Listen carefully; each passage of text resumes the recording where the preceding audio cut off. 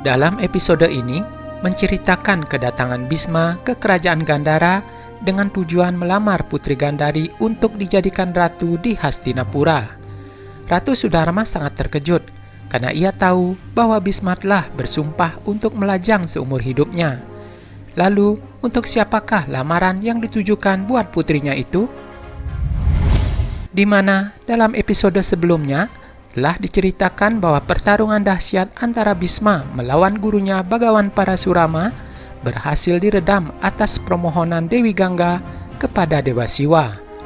Untuk mencegah kedua senjata sakti milik Bisma maupun Parasurama bertabrakan, sehingga kehancuran alam semesta bisa dihindari.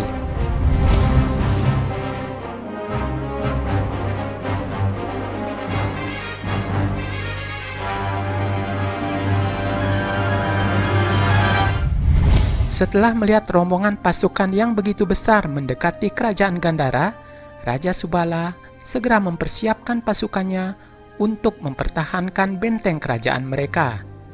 Seorang prajurit melaporkan bahwa pasukan yang sangat besar itu dipimpin oleh seorang dengan bendera putih berlambang pohon beringin emas di atas kereta yang ditarik kuda putih, dan orang itu memiliki tanda bulan di keningnya. Ia tidak lain adalah Bisma putra Gangga. Mengetahui hal tersebut, pasukan Gandhara merasa sedikit gentar karena mengetahui ketenaran dan kekuatan dari Bisma. Sementara itu di dalam istana, Putri Gandhari merasa sangat cemas dengan keadaan yang sedang terjadi. Ibunya Ratu Sudarma memberikan penjelasan kepada Gandhari tentang pengepungan dari pasukan besar yang sedang terjadi. Karena itu, Gandhari mengambil sebilah pedang untuk mengatasi rasa takutnya itu, serta mengajak kakak iparnya untuk ikut dalam peperangan yang akan terjadi. Gandhari berkata, "Perang ini telah membuatku sangat ketakutan, tetapi guru besar telah mengatakan bahwa satu-satunya jalan untuk menghilangkan rasa takut itu adalah hadapilah ketakutanmu itu." Sementara itu pasukan besar Hastinapura telah sampai di luar gerbang istana. Raja Gandhara merasa bimbang mau mengibarkan bendera apa untuk menyambut mereka.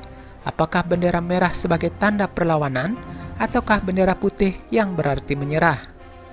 Namun secara mengejutkan, pasukan itu telah berhenti dan mereka mengibarkan bendera kuning tanda persahabatan. Kedatangan Bisma di kerajaan Gandhara dengan membawa pasukan yang begitu banyak masih menjadi tanda tanya besar bagi Raja Subala. Sang raja berkata, "Gandhara tidak melakukan apapun yang membuat malu Hastinapura. Tahta Hastinapura juga telah bertahan sangat lama setelah kematian Wicitrawirya. Kerajaan itu tidak mempunyai raja selama 25 tahun terakhir, tapi kita tidak pernah mencoba untuk menyerang mereka. Dan kita tidak pernah membantu siapapun musuh dari mereka. Lalu untuk apa menunjukkan kekuatannya di depan sekutunya itu?" Melihat kejadian itu, Raja Subala segera memerintahkan para prajuritnya untuk membuka gerbang dan mempersilakan Bisma beserta pasukannya untuk memasuki istana. Bisma mendapatkan penyambutan dan kehormatan yang luar biasa dari Raja Subala. Bisma mengatakan bahwa kedatangannya kali ini adalah menjalin persahabatan dengan kerajaan Gandhara. Putri Gandhari yang masih menyimpan rasa curiga dengan maksud kedatangan dari Bisma itu segera menuju ke ruang sidang istana. Di ruang sidang, putra Gangga Bisma memuji penyambutan yang luar biasa dari kerajaan Gandhara sebagai sekutunya ini. Raja Subala pun penasaran dan menanyakan maksud kedatangan Bisma ke kerajaannya ini.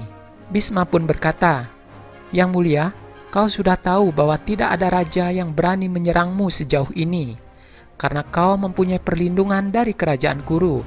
Dengan menyatukan kedua kerajaan itu, maka akan menjadikannya sangat kuat. Pikirkanlah hal itu.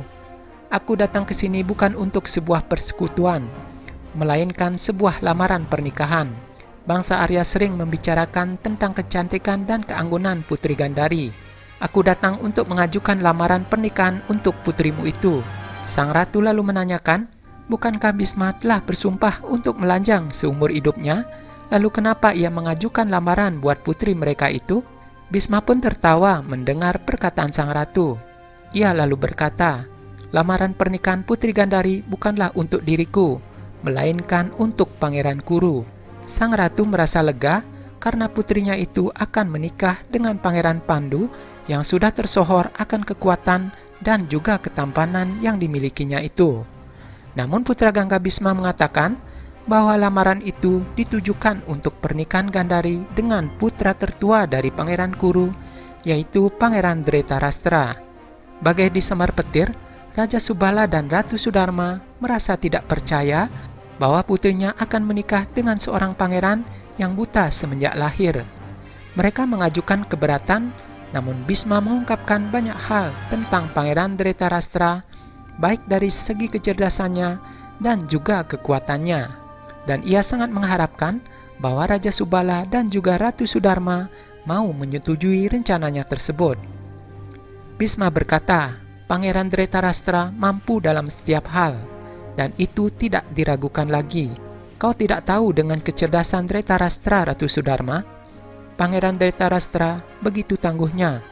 Hanya dengan satu pukulan saja, ia mampu menjatuhkan banyak gajah sekaligus. Dan dengan menjadi ratu bagi Dretarastra, Putri Gandari akan menjadi wanita yang paling kaya dari seluruh peradaban Arya. Dengan menyatukan dua kerajaan ini, maka kerajaan Gandhara akan menjadi kerajaan yang kuat dan disegani. Gandari yang merasa girang mencoba menanyakan perihal calon suaminya itu kepada kakak iparnya. Kakak iparnya lalu memberitahukan nama dari calon suami Gandari tersebut, di mana kerajaan Hastinapura sendiri adalah kerajaan yang besar dan makmur, serta memiliki bala tentara yang sangat banyak. Sementara itu, Bisma masih mencoba untuk meyakinkan keraguan-raguan Raja Subala dan Ratu Sudarma agar menerima putrinya untuk dinikahkan dengan Pangeran Dretarastra. Bisma berpendapat bahwa perjodohan mereka telah ditentukan oleh sang dewa. Resolusi dan pilihan lain adalah permainan pikiran saja. Namun Bisma tetap tidak ingin memaksakan kehendaknya itu, dan hanya saat sang raja mengambil keputusannya, baru akan diambil tindakan selanjutnya. Perkataan Bisma itu tidak memberikan pilihan lain bagi mereka berdua. Nah, apakah Raja Subala dan juga Ratu Sudarma akan menerima lamaran yang telah diajukan oleh putra Gangga tersebut? Nantikan kisahnya dalam episode selanjutnya.